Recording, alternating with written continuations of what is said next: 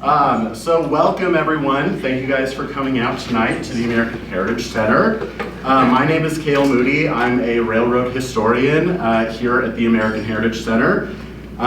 Just a couple of things before we get started. If you haven't gotten the chance, please check out our current exhibits. We have 3 on display right now.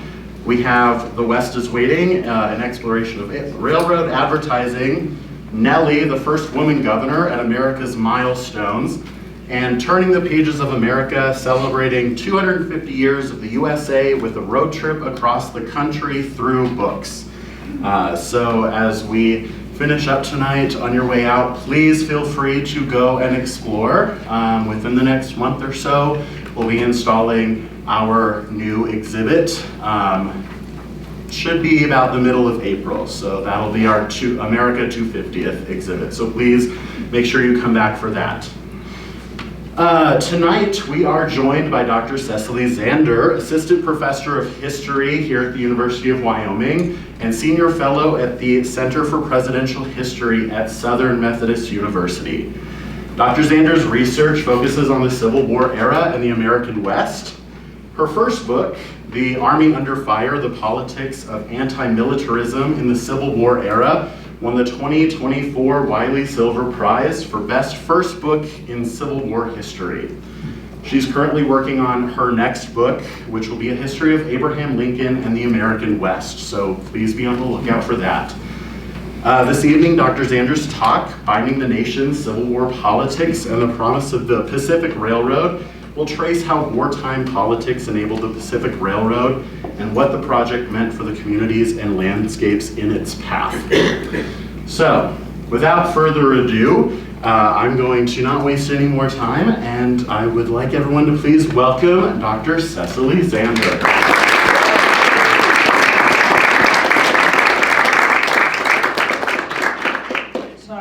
To stand here-ish, and there would be feedback. So this is about where I'm going to stand. And I remember to turn on the microphone, so we're way ahead of the curve. Maybe move it Up closer. Yeah. Better? I think so. All right. I'm getting thumbs up in the back. All right. Thank you all for being here. Thanks, Kail, for inviting me to give this talk. I really appreciate it. I'm afraid I disappointed Kail. He was like, can you talk about railroad advertising? And I was like, I can talk about Civil War politics. And he was like, okay. So that's what we decided to go with. And that's what I'm going to talk about here tonight. I'm hoping to talk for about 40 minutes or so, and then leave plenty of time for questions. And let those of you who have an appointment at Bonds to play trivia tonight, make sure you get there in time. Kail does, because he wins every week. I'm not annoyed or bitter. All right, so I'm going to talk a little bit about the railroad as it pertains to the American Civil War. I'm going to start out in the antebellum era, so prior to the war. I'm going to talk a lot about how debates over politics, and in particular debates over slavery, heavily influenced the development or lack of development of the Pacific Railroad in the years leading up to the Civil War. And then I'm going to talk about how wartime developments really made the railroad possible. Sort of made expansion into the West on the part of sort of white America a real possibility. And then conclude with some reflections about maybe the cost of those changes, and in particular who lost out as a result of this legislation that is widely celebrated, but also, had impacts that even it's sort of those who conceived it could never have possibly imagined. So that's my goal. I want to convince you that without the Civil War, there is no Union Pacific Railroad. Without the Civil War, in many ways, as a result, there is no Wyoming. There is no kind of Great Plains interior American West.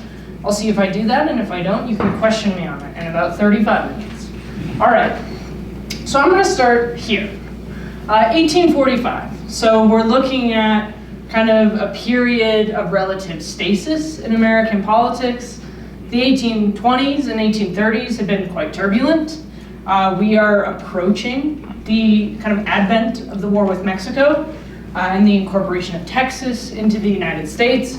But in 1845, senators, senators and congressmen, representatives in Washington are starting to look west as the country continues to push beyond the Mississippi River, and they're wondering about how to connect those territories, those domains, kind of beyond the Mississippi, which by rivers and other routes is connected to much of the interior American East, right? How do we bring this western portion of the country into the United States? Well, we have this new technology. We have steam engines, we have railroads. So let's talk about the possibility of a railroad stretching across the continent, right? California is about to be the apple in the eye of every sort of American adventurer. It's about to become one of the most sought after places in the United States, right? 1849. So this guy named Asa Whitney, he's ahead of this curve. He's saying in 1845, proposing the first legislation to appear in Congress, proposing a national railroad that stretches from coast to coast, right? So Whitney's kind of he's thinking ahead of his time. He's a guy who's pretty farsighted. I think what he had on his side was the fact that this was a relatively low point in debates over slavery and slavery's expansion. The next time a railroad bill comes up in the 1850s, the debate's going to be a lot more rancorous. But I just want to start here to say in the 1840s, Americans proved that they're not quite ready to start thinking about a transcontinental railroad. But the idea is kind of simmering, right? And Whitney's justification above anything else is that this is a military necessity. What is the one thing that the country kind of relies upon as it expands into the West, right? The mobility of its army, of its small professional army that helps oversee this process, who are really the trailblazers moving into the West, in part because movement into the West, and this is a point I will come back to, requires the removal of the native peoples who live there. And the primary American institution charged with the removal of those native peoples is the United States Army. So we see an example of it in the 1830s in the Trail of Tears, right? The thought is this will simply continue as a process. If we want to facilitate the Army's work, Whitney says, we need a railroad to move them quickly across the country in order to allow them to do this job, to pave the way for white settlement. Right? So we'll start there, right? So Whitney's envisioning a country with no gaps between East and West, this sort of settled quilt of the United States. But his bill is tabled, as you know, not long after it's proposed, and people move on. Again, the war with Mexico, the incorporation of the Great Plains. And by the 1850s, as railroad technology is improving, as Western expansion is becoming more of a hot topic, and as Kansas and Nebraska start to petition for admission into the Union, the debate over the railroad takes on a new character. And it takes on a dimension that Civil War historians would refer to as a sectional dimension. But I would say more than anything, it takes on the character of an extension of the debate over slavery and slavery's expansion. So in the 1850s, Franklin Pierce is president. Franklin Pierce is from New Hampshire. We would assume, as a result, that he's a kind of anti-slavery guy.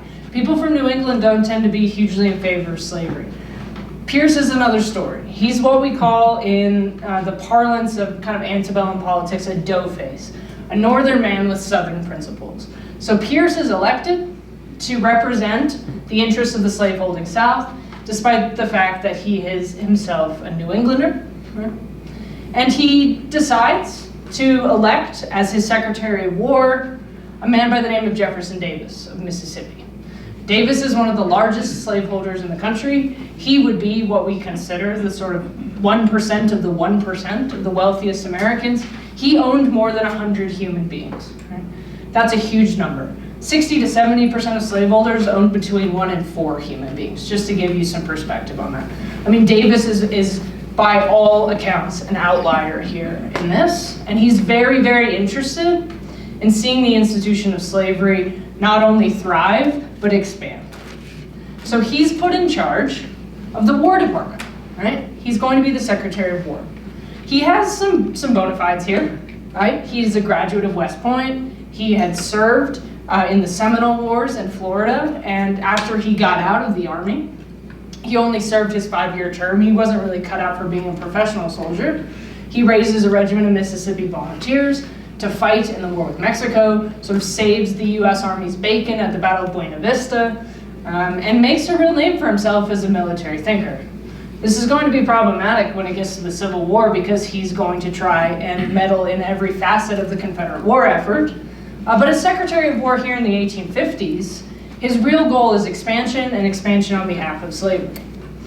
But he can't be too obvious, he can't be too overt, right? We have to think about Southern slaveholders at this time still trying to keep the North mostly on their side so that they can continue to get what they want. They can't throw fits at every turn. They can't threaten secession anytime they don't get their way. Eventually, that will change. But they do need to sort of make a gesture of accommodation toward the non-slave holding parts of the country, toward what we would refer to as the North. And so as this railroad sort of mania intensifies in the 1850s, and the desire to build a transcontinental route, especially to incorporate California, the newest state in the Union, becomes very, very important, Davis commissions a sort of 4-part survey of the Western United States that will cover 4 potential routes for this new transcontinental railroad. You can look at the map here. It's not terribly obvious. They didn't really have color printers in the 1850s. I apologize. But you can see here from the corner of the Great Lakes a route that will become the Northern Pacific Railroad, stretching across the Dakotas. A central route also leading from the Great Lakes, running across Iowa, Nebraska, and familiar ground to us here in Wyoming, what will become eventually the Union Pacific meeting the Central Pacific Railroad. And then 2 routes that take a more southerly approach. One that goes through what is now southern Colorado. As many of you know, this is the route sort of least likely to be chosen. There's 14,000-foot mountain peaks down there, not a lot of passes to go through. But this route through Texas, which is the apple in Davis's eye and the apple in the eye of most of his slaveholding colleagues and contemporaries. Now, I don't want to accuse Jefferson Davis of doing anything malicious, but I have done the research. He allowed the survey for the southern route to go out several months earlier than any of the other surveys. Justification being weather wasn't going to be a problem. There's nothing impassable down on this southern route. It's a more tropical climate. He also gave them more money, more supplies, and more men. Wow. But you know, in the interest of fairness, he did survey all 4 routes. And what happened, what transpired was that the crew that went out to survey the southern route produced their report much earlier, sent it off to Congress and said, everybody read our glowing, wonderful report of the route through Texas that we think the new National Transcontinental Railroad should follow. And people started to get a little suspicious when, after weeks and then months, reports of the other surveys had not yet trickled in. This wasn't the surveyors being recalcitrant or procrastinating. It was simply the fact that they were still doing their work while the Southern survey had already been completed. Eventually, all 4 reports are compiled. Jefferson Davis writes a nice cover letter. He says, look, at the end of the day, there's only one real obvious choice. It's the route through Texas. Let's go with the Texas choice. And Republicans in Congress, this new political party, this nascent party that is beginning to coalesce out of the kind of fracturing of the old Whig Party and the Know Nothing Party and all these kind of upstart, failed political parties of the 1840s and 1850s, starts to kind of cast a wary eye at Davis and at this southern route. It's really important that we pinpoint the Republican Party coming into being in this moment, because it's going to matter immensely for what happens 7 years later when they decide to begin debating their own transcontinental railroad bill in the midst of the Civil War. The Republican Party comes into being in this moment, in a moment where slaveholders such as Jefferson Davis hold immense power, where they are twisting and bending government resources to their will. The Republican Party is going to make several important claims as they seek the presidency and congressional power in the years leading up to the Civil War. One of the most important of those claims is that there is a slave power conspiracy. What do they mean by this? That slave owners and people who are associated with slaveholding have had an undue and disproportionate degree of influence in American politics since the founding. They have held the presidency more often than any other region or section. They have had more people appointed to the Supreme Court. They have more people sitting on important chairs in congressional committees than any other region. The Ways and Means Committee, the Military Affairs Committee, all of the committees that make things happen and spend the government's money, they're overseen by slaveholders. And the Republicans can point to what Jefferson Davis is doing, his machinations over this railroad survey, and say, see, this is exactly what we're talking about. This is the slave power conspiracy in action. We cannot have a national railroad that runs through Texas. It simply isn't the way this is going to go. Now, the Republicans are far from a majority, but they have enough resistance to table this motion. So Jefferson Davis's grand 1850s plan sort of comes to nothing. And these proposals, which I think are, at the end of the day, a proxy fight over slave expansion, right? Everything in the 1850s is a proxy fight over slavery's expansion, which is why when someone says to you that the Civil War wasn't about slavery, you can just shake your head sort of sadly and know that they're wrong. I mean, everything is about slavery. The railroad's about slavery, right? Building new military forts in the West is about slavery. And Jefferson Davis is pushing this, pushing this, pushing this. I know I'm making it sound like the guy in charge of the War Department had a lot of power, but here's the thing. How often do you think about Franklin Pierce's great achievements as president? The guy wasn't doing a lot to kind of make waves. He was leaving a lot up to his underlings, the people in his cabinet. And Davis had a lot of power, and he was very happy to use it. Davis was someone who knew, he was tapped. He was going to be president of the United States one day. He does become president of a country. So, good for him. The main promoter of the Central Route is a guy by the name of Stephen Douglas. He's famous, in particular, for a series of debates he will have with Abraham Lincoln in 1858, when the two men who kind of stark contrast, Lincoln 6'4" and Douglas shorter than me, he was called the Little Giant of the Senate, decide to debate the issue of slavery primarily, but also Western expansion, as they both run for the Senate seat. Douglas is promoting the Central Route, and he says we kind of need to focus our attention on the middle quarter of the country. Kansas and Nebraska are really important. We've had this massive fight over whether they're going to come into the Union as slave states or free states. We really should kind of focus on this southern route. But Douglas doesn't have a lot of support. And so his advocacy isn't really the boon that we might expect. Though Douglas is famous and well regarded, right? He's also a controversial figure within the Democratic Party. He is the person over whom that party will split in the election of 1860. He will be nominated to run as the party's northern representative. John Cabell Breckinridge will run as the southern representative. And so his advocacy doesn't really help this central route. And the party system begins to take shape around the idea of a railroad. And one reason the Republicans are going to become such major advocates for the railroad, and especially the Central Union Pacific route, is not only because it sort of symbolizes a victory over slaveholders and what slaveholders had wanted, but because it also symbolizes what the Republican Party really truly believed they stood for at the time, which was a nationalizing system. A system that was overseen by the federal government. This is a time, and it always confuses students, and I have to sort of walk them through it. The Republican Party was the party of big government. They were the party of expansive government, of social systems, of internal improvements, and federal expenditures to help the American public.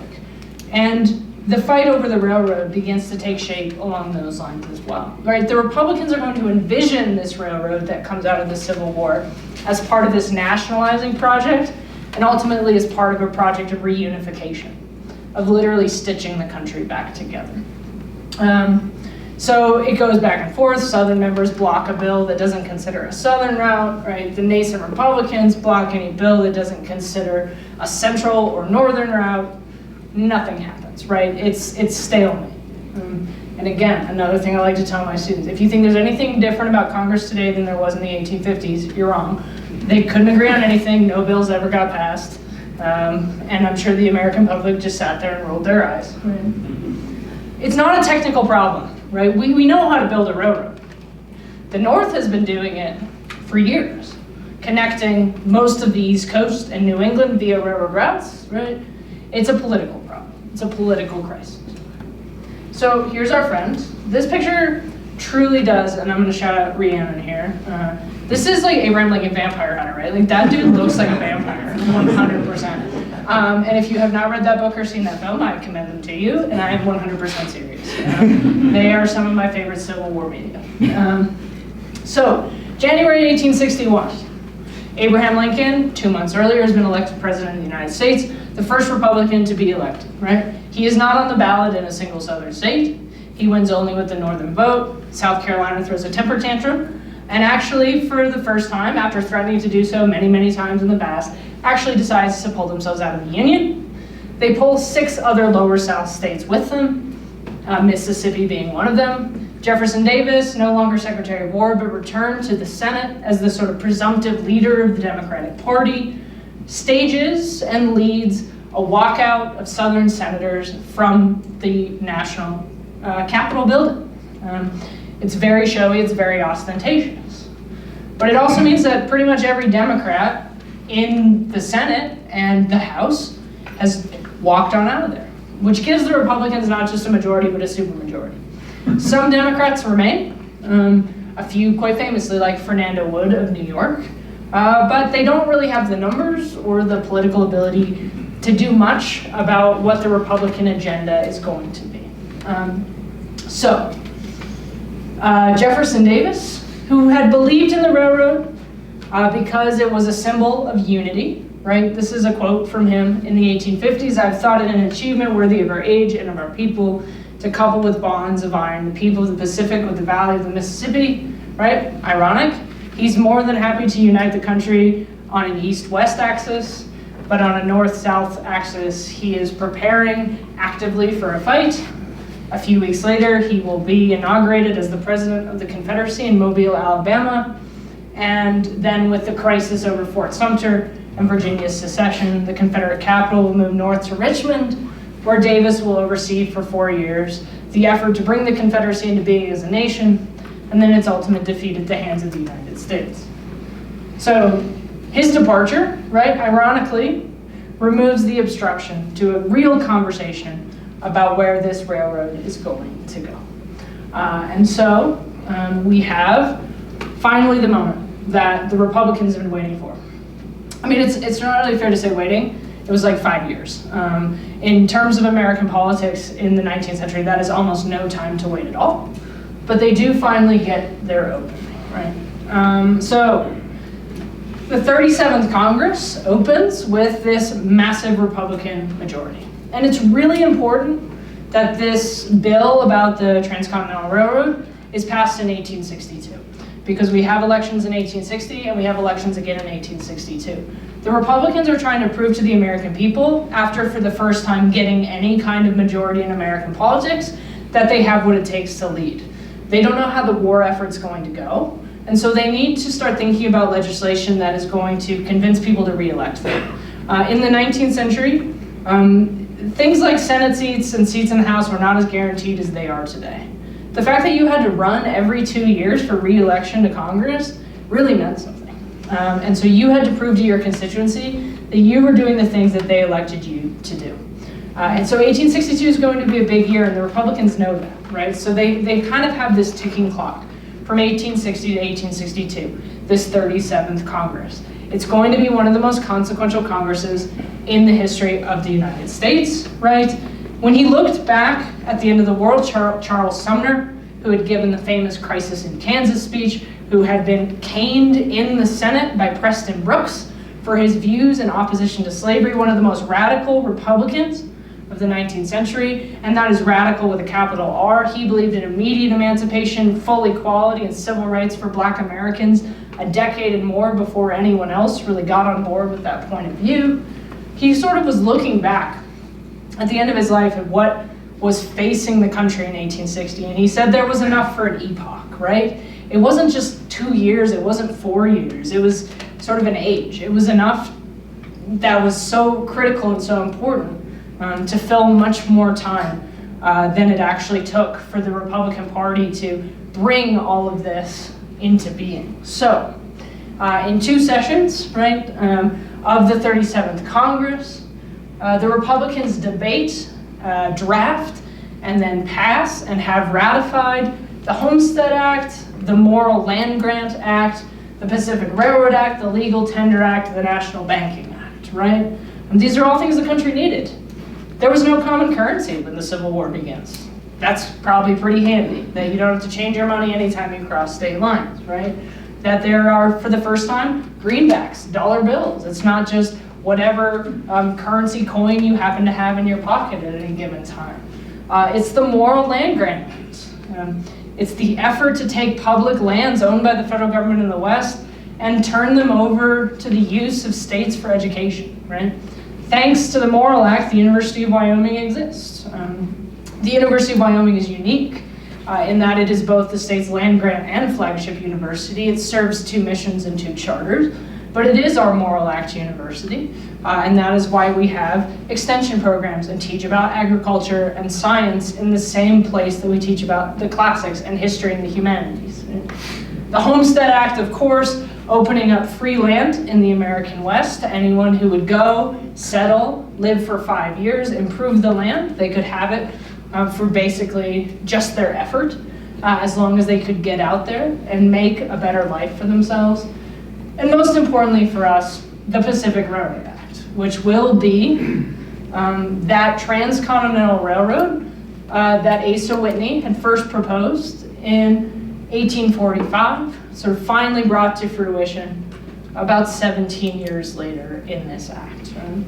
And the Republicans are fully convinced of the importance of this effort, right? So it is an act. They loved a run-on sentence, I'll tell you. If you read congressional documents from the 1860s, just let go of any conception of grammar that you may have previously contained. It doesn't matter, it's irrelevant. An act to aid in the construction of a railroad and telegraph line from the Missouri River to the Pacific Ocean and to secure to the government the use of the same for postal, military, and other purposes, right? So what does this mean in practice, right? It's for the people. It's to connect East and West. It's this visionary idea that we all kind of imagine, but it's also deeply practical. The Republican Party needs a way to make sure that places like California and Oregon and Washington feel connected to the broader United States, because that's part of the problem. One of the big problems when the Civil War breaks out in 1860 that the federal government faces is uncertainty over what states like California, Oregon, and Washington are going to do, whether they feel they are actually part of the Union at all, right? And it's really important in this time when the country is breaking apart to make sure that these states feel included and that the government sees and acknowledges them. Most of the men who sign off, who vote yes on this legislation, have not been west of the Mississippi River. They haven't caught sight of California. Many of them will never see California in their lifetimes, and yet they have to have the vision, the ideology, the knowledge that it's important to make the West feel connected, and that is why they put so much emphasis on this railroad, right? And without Southerners around, they basically say, look, the route that we want to choose is the Central Railroad route. You might be asking, was Stephen Douglas like super excited and happy about this? No, he was dead. But he might have been. He dies about 6 weeks after the election of 1860. He had sort of exhausted every last fiber of his being to try to win the presidency. It happens. And so the Southern veto is gone, the Central route is selected, Stephen Douglas's ghost is cheering in the balcony, and 2 railroad companies are selected to help complete the line. Right? West from Omaha, the Union Pacific will run until it meets up with the Central Pacific, which will start heading east from Sacramento. You all know, I'll show the photo in a moment, we're not going to get out of here without seeing promontory points. They will meet in Utah eventually and bind east to west together. So the railroad is a heavily subsidized enterprise. Federal land grants are going to be the principal way that the government funds this, and bonds for its construction. So the House votes 79 to 49, Senate 35 to 5, and it's not really a question. this passes with flying colors. Very easy decision for folks to make. Right? And it really does cheer the hearts and minds of the representatives present in California and Oregon and Washington. Right? It actually does help them feel like they are part of the Union. As I sort of reach the end of my time, I'm going to talk a little bit about kind of what the railroad means at the end of the Civil War. But I think sort of this conversation, this quote, gives you a good idea, because not only was it ideologically important to bring the Union sort of spanning east to west, but also for Westerners to feel like they were going to be protected and aided by the federal government, right? It's back to this military point. The same point Asa Whitney makes is the point that Aaron Sargent of California is going to make. This railroad is not only important for the mail and for the American people, but to make sure that California, Nevada, which is going to come into the Union in 1864, these new Western states and territories that are being organized are going to be kept safe. So this helps us bind the country together and secure the frontier, because this is a population that we have to keep in mind, whether we like it or not, genuinely believed in Manifest Destiny, believed they had a right to settle this territory, that they were going to bring the frontier sort of under cultivation, they were going to bring it under settlement. This was the grand plan, right? And I think the military rationale is nice, right? The grand vision is great. This is also a partisan sort of rubbing it in kind of thing. I just want to make that clear. Like, Civil War era Republicans knew what they were doing, right? I mean, they rushed to pass all of these things that they felt Southerners had denied to them in the years leading up to the war, because they want to make a point that what's good for the country is all the things the South was denying was good for the United States. So there's a real partisan dimension to this as well. So in 1864, the bill undergoes a revision, right? So they rush to get it passed. They do lose seats in 1862. The Republican Party has a sort of significant setback. In the wake of the Battle of Antietam, Lincoln announces he's going to potentially emancipate the slaves. Sort of a big, massive change. The Republicans lose some ground, but they still are able to continue kind of furthering this legislation. So they had government subsidies, but they needed private capital. And so in 1864, they make some amendments, some revisions to the railroad bill to kind of attract some guys whose names are very familiar to us. So the 1864 Act doubles the land grants, but it also says that that money can be sort of moved through government bonds, right? These private capitalists, venture capitalists could sort of make money, profit, if they invest into this enterprise. And Congress was building a railroad. They were building it with federal support. They were building it with public resources, and ultimately it would profit private owners. It's how it goes, right? Welcome to capitalism, right? Karl Marx was absolutely fascinated by the American Civil War. He was obsessed with what was happening in the United States and what it meant for the future of capital and capitalism. Railroads are a big part of that. He's really interested in this. And so guys like Leland Stanford and Henry Huntington, who have nice big botanical gardens and universities named for them in places like California, right, are really behind the scenes crafting this bill. These are some of the first lobbyists we get. Right? They're saying, this is what it needs to look like if you want our money, and the government wants their money. So private capital starts to have a say, right? And so this nation-binding rhetoric takes on a new dimension. How does the Republican Party justify increasingly expensive subsidies to this nationalizing project? They do it through this rhetoric. They do it through saying this is going to keep the Union together, and eventually it is going to be the thing that allows us to recover from this Civil War, which we are going to win, we think, we hope, fingers crossed, right? They didn't know, they hoped. And so that's also really important to keep in mind. How much this rhetoric is covering up some of this capitalism, these machinations that are going on, right? And also how much this rhetoric of union and unification was covering up a plan for the widespread and continued dispossession of Native peoples and Native land, right, across the American West. This is a poster from much later. This is post-Dawes. This is about 1911. But I think it gets the point across, right? Like, this is exactly the headline the government has in mind. Like, the government isn't even necessarily interested in buying it. They're just like Indian land for the taking, might be the better phrase there. So, sort of Asa Whitney, when he had proposed the initial railroad bill in 1845, buying into the ideology and the rhetoric of his generation that native peoples were disappearing anyway, so what did it matter if the United States and the railroad came along? So the native peoples were ready to give up this life that they had been leading, right? And they wanted to sell all of this land to make a big profit, right? They're trying to cast it in a positive light. And he said that the railroad would drive the Sioux in particular northward off the Great Plains, where they had arrived in great numbers with their massive horse herds. And the government could then take all of the small tribes, right? The Sioux are a threat.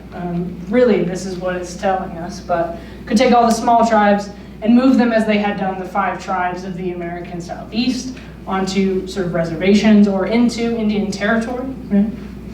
It's not unintended, right? It's baked in. And that's what's also really important to keep in mind. They thought it through. They knew what was required. Again, the technology, the practical side of this was never in question for the federal government. It was just a question of politics at the end of the day. But the Pacific Railroad Act and the Homestead Act, I think in conjunction, as well as the Morrill Act, there's sort of wonderful reporting now that actually really has broken open how much of the land grants that fund state universities across the United States come from the sale and profits of Indian lands, right? This all becomes sort of part of that movement. It accelerates it in a massive way. And so we can't really forget that, right? Again, who wins, who loses? It's reunification. This is a group that is always going to be on the outside of that thinking, of that ideology.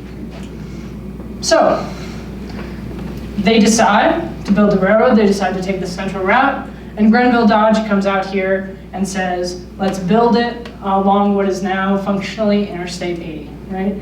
Old South Pass was attractive. It had been the overland immigrant trail route for decades. But truly, the argument was made that the route from what is now Cheyenne to Laramie onto Rock Springs and then down into Utah was the better choice. And so this corridor is chosen. And the native peoples who live here in Wyoming in the 1850s and 1860s, who are experiencing trauma as a result of the Civil War and its effects, the discovery of gold in Montana in 1862, the Powder River route opening up, the construction of new military forts, the aftermath of the Sand Creek Massacre in 1864. This is all coalescing for the native peoples of Wyoming into kind of a moment to make a final stand, which Red Cloud will do in 1866, 1867, 68, culminating in the Treaty of Fort Laramie, which actually returns much of the land of Wyoming to those peoples until George Custer decides to discover gold in the Black Hills and the government takes it all away again, right? But the military comes out. There's a massive investment in protecting this railroad moving forward. And the United States Army becomes a huge presence in Wyoming, a trend and tradition that continues to this day. And the destruction of native economies and lifeways sort of accelerates, as well as the kind of peaking of the elimination of the American bison as a major mammal species keystone here on the Great Plains. Right? So the railroad doesn't just go across landscapes, it reorganizes them. And that's very true here in Wyoming, right? We all know the route. Here we are. Nice to see us, right? Railroads come with all kinds of things. They come with families, and families need schools, and they need churches, and they need cities and towns, and all of these sort of trappings of what 19th century Americans would have called civilization, right, begin to appear here in the American West. But they also appear alongside new peoples to the region, like the Chinese workers who come to help build the railroad, Irish and German workers, immigrants who come west to build the railroad as well, and new cities, places like Cheyenne, which will become, I think, perpetually associated with cycles of boom and bust energy economies from the very kind of moment of their founding. And this corridor creates a new geography, a new economy, right? And a new set of people and ideas and experiences to be incorporated into this national narrative. Right? And so I think it's just really critical to keep in mind that while we can look out and see tracks running across the landscape, there is a vast kind of human story and a vast ideology, and I hope I've convinced you somewhat today, a vast politics that allowed for the creation of those things. So the kind of final question I guess I have is, the railroad was supposed to bind up the nation, right? This is what Abraham Lincoln says in his second inaugural address, just a few weeks before his assassination in Ford's Theater. He says, "The work that is left, to bind up the nation's wounds, to care for him who shall have borne the battle," right? The Pacific Railroad, in many ways, we could see as a binding, right? When you get hurt, you know, when you've, those of you who've had kids who've fallen, bonked a head, scraped an elbow, and go to the doctor to get stitches, or those of you who've had stitches yourself, stitches look a lot like railroads. They look a lot like tracks. They look like binding up the country, right? And it may be a stretch of a metaphor, but I think it's really valuable to think about the railroad in this way. Because 19th century Americans did. They thought the railroad would bind the nation. And this is the rhetoric that they put forth. It's made possible by the war. Its politics are accelerated because of the war. This sectional deadlock was broken when the Republican Party finally had the ability to kind of create the railroad that they wanted. The war also justifies it, right? When your government is finally, or for the first time, spending $1 billion, what's a few million more for a railroad, you know? It actually makes it economically viable. The military argument is more powerful than it will be at any point in the nation's history. And it carried the logic of the war into the West. And I think that's what I really want to leave you all with, right? It is federal power, continental consolidation, one union under God, right? That is no accident. It is not the South and the West and the East. It is the United States. And it is united by, first and above all else, this railroad. It will be the first institution, the first physical object that truly binds the nation together, right? And the story doesn't really end at promontory points. In 1869, you can only see about half the folks there. You all know the picture, right? Because it spawns a mythology. And here's where I will make a tie to what Kail really wanted me to talk about. Because the railroad needs its promoters. It has its economic promoters, it has its investors, but the railroad also has a kind of unique space in which it operates and a unique product to sell to the American people. That is the American West. Because I told you that most of the guys who voted for this railroad and made sure it was funded and built never saw it, never rode on it, never went west, right? But their children and their grandchildren did. Because the railroad aggressively promoted this ideology. That the West was the place where you were truly going to see the best parts of America, right? The national parks, Mount Rushmore, right? These wide open spaces, this frontier, this untamed wilderness, right? Even spurs and stop-offs to see Native Americans living in traditional communities, like in New Mexico, you could find, right? And so it's really important to keep that in mind as well. This politics, this logic, this economy that creates the railroad also inspires its mythology. And so if you've been to the exhibit, I would encourage you to go back and not that I think anything I say is that insightful, but sort of think about politics and what's going on. And if you haven't, please go enjoy the exhibit because it's wonderful.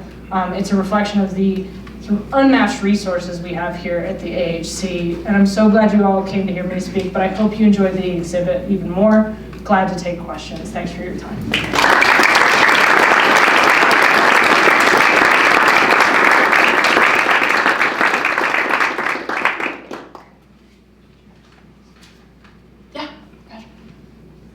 How accurate would you say Hell on Wheels is? I've only seen like the first 3 episodes, but I enjoyed it. I'm not the kind of historian who really cares so much about accuracy. That's why Abraham Lincoln Vampire Hunter is genuinely one of my favorite movies. It ends at Gettysburg. It's perfect. It's just like the whole Civil War is over. No, I think it is accurate. I think it was a much more violent, brutal West than a sort of John Wayne Western might sort of lead you to believe, as violent as those are. So I do appreciate that it shows that darker, grittier side to this kind of world where you have sort of single young men come first and the violence that accompanies that, and then a sort of feminizing, even gentrifying sort of family project that comes after that raises all kinds of really interesting questions about sort of respectability in politics and gender in the West as well. So, I mean, I enjoy what I've seen. I don't think it was accurate with Thomas Durant, though. No, yeah. Dr. Blackler. Thank you.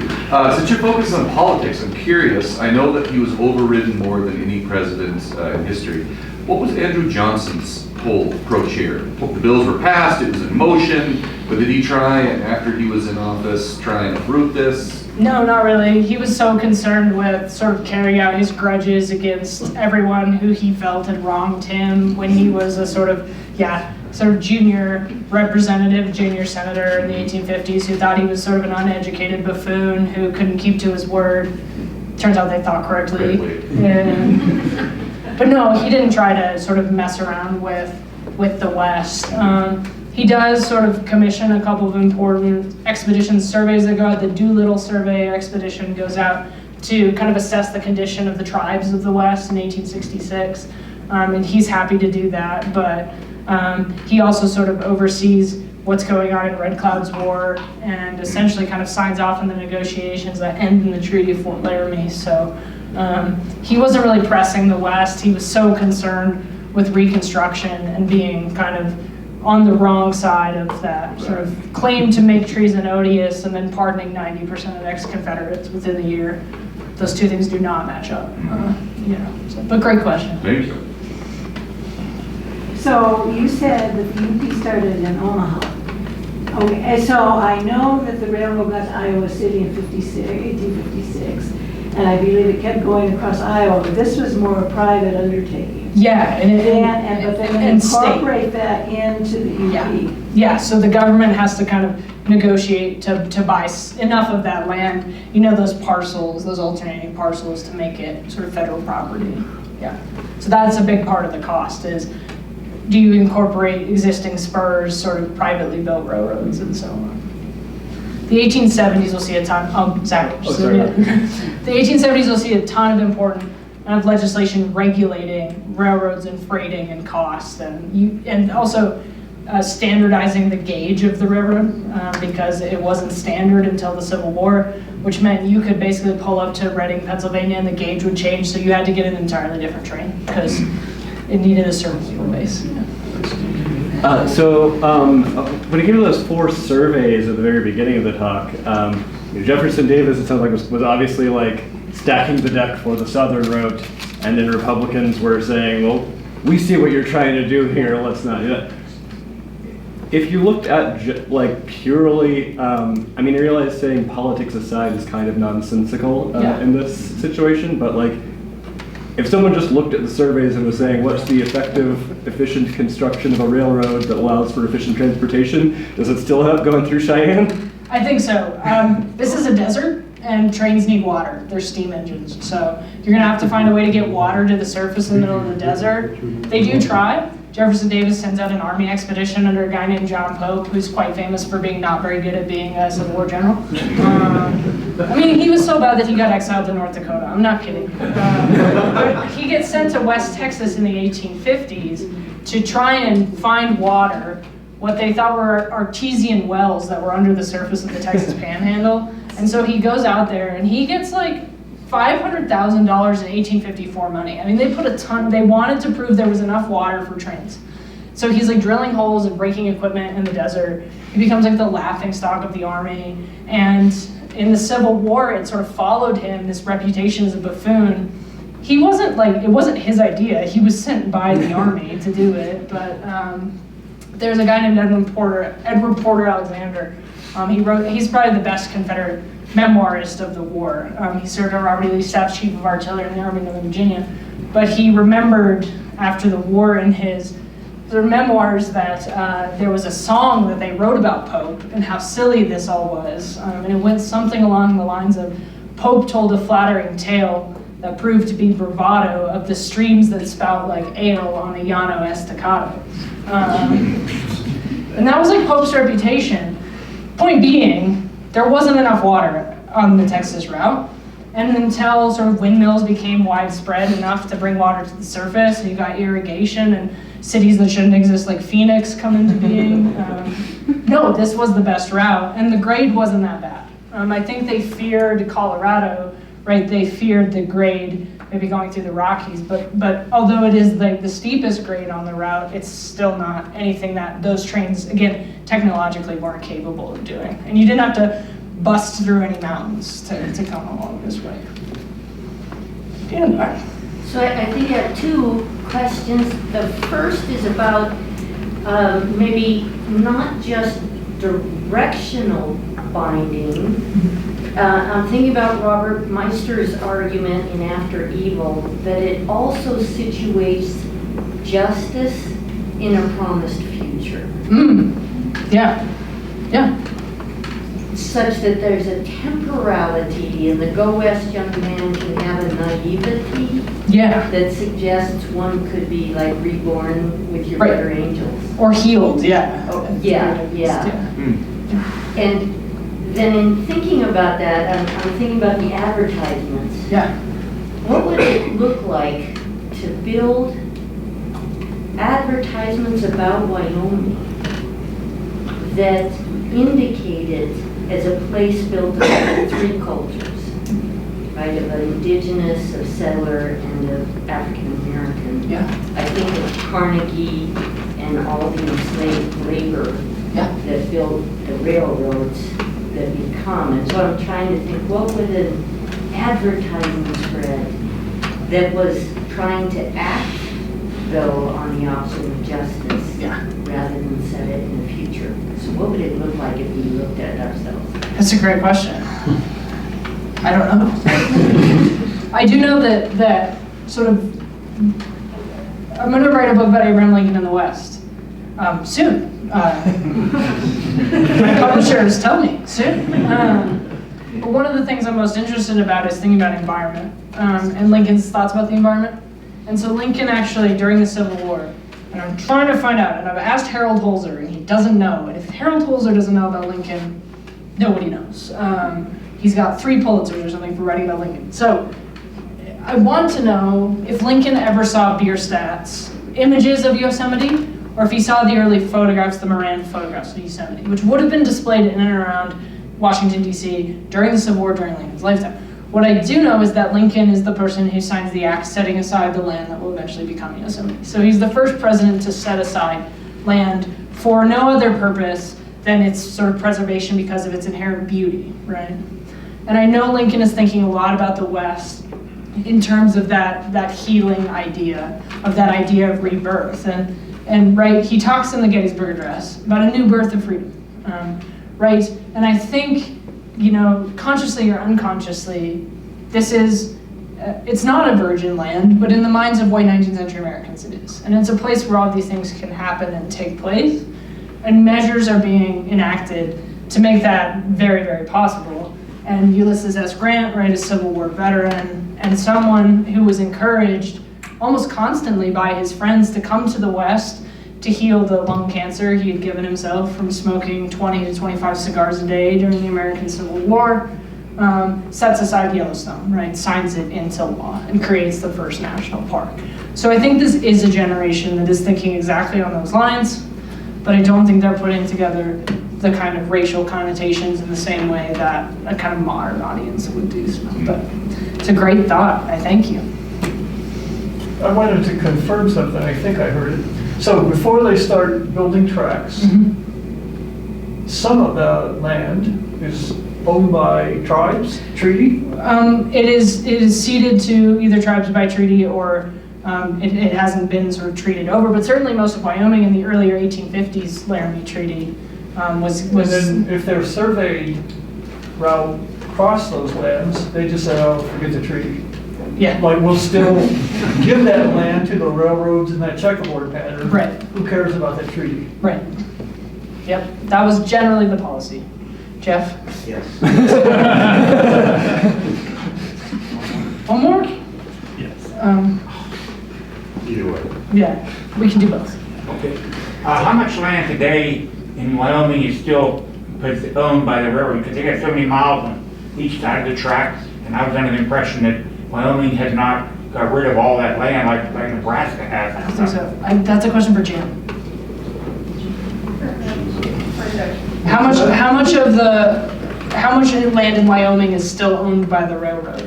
I tell you the truth, I don't know. They have land, and since they've had mergers with these other railroads, there's been a lot of manipulation with real estate and titles and so on. There's some property in Cheyenne that used to be Union Pacific, and the new title is Missouri Pacific, so that it's tough. Somebody in Omaha would have to answer that question in the property accounts section.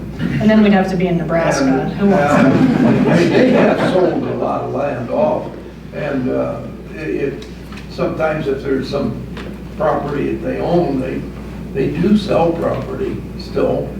So it's way above my head. Yeah, mine too. Yeah. Well, when I was involved with the rifle range out here, I recall that they had a lease with the Union Pacific, and I think it's still in effect. That land just north of Laramie is being leased from the railroad. Well, they lease land. I mean, some of this used to be up here on Sherman Hill. Ames Monument was owned by the Union Pacific in that land, and then they gave it to the state of Wyoming, and some of that area has been there. There's possibility that there's quite a lot of property. There's even some, believe it or not, in Colorado, railroad built down to southeast or southwest of Denver, down toward Como and Fairplay, and along US 285. And some of that land was sold. I had a friend that bought lots in the town of Como from Union Pacific. So it's a mixed up affair. To tell you the truth.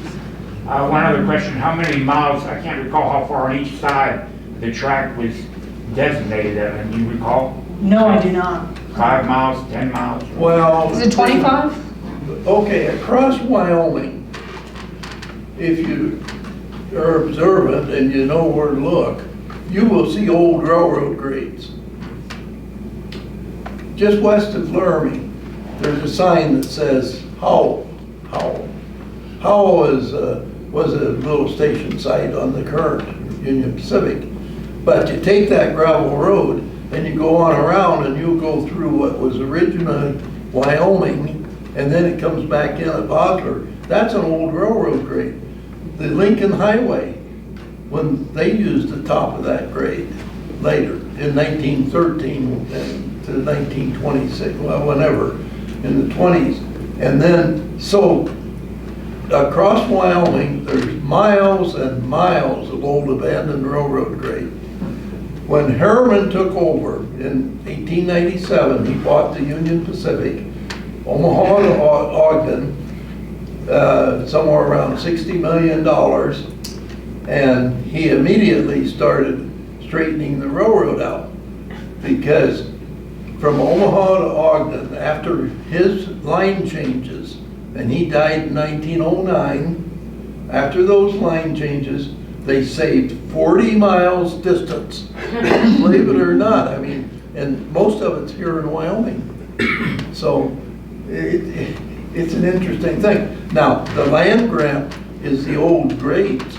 Next to the old grades is where it is. It isn't like at Rock River. There could be because of the distance, but Rock Creek, the old Rock Creek, on a little gravel road to the northeast of Rock River, that's on the original line, and the land grant was on each side of that.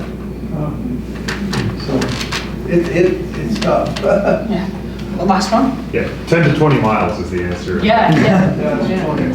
I was just interested if there was any effect on international development of railroads, either from international to the U.S. or U.S. into other international developments of how we did it and how others did it. That's a good things question. like that. I don't know, the sort of British are probably paying attention, they're not sort of paying attention, and they do want to build a railway across India, but I don't know how much influence we had on that. I mean, that's certainly the biggest international piece is how many people come from all over the world to work on our railroad. What I don't know is how many go back and sort of then take part in their own kind of sort of railroad.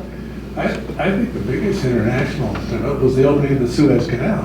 Because they figured that a lot of grain would be shipped out of San Francisco by coming across the railroad. Oh, yeah. The Suez Canal cut the whole route off to India, so those, it was a very international affair, effects, for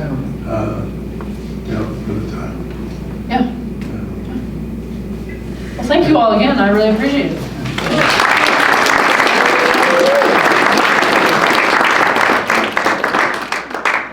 Thank you for coming out. On your way out, please feel free to grab cookies, lemonade, look through the exhibits, but yeah, thank you so much. Well done.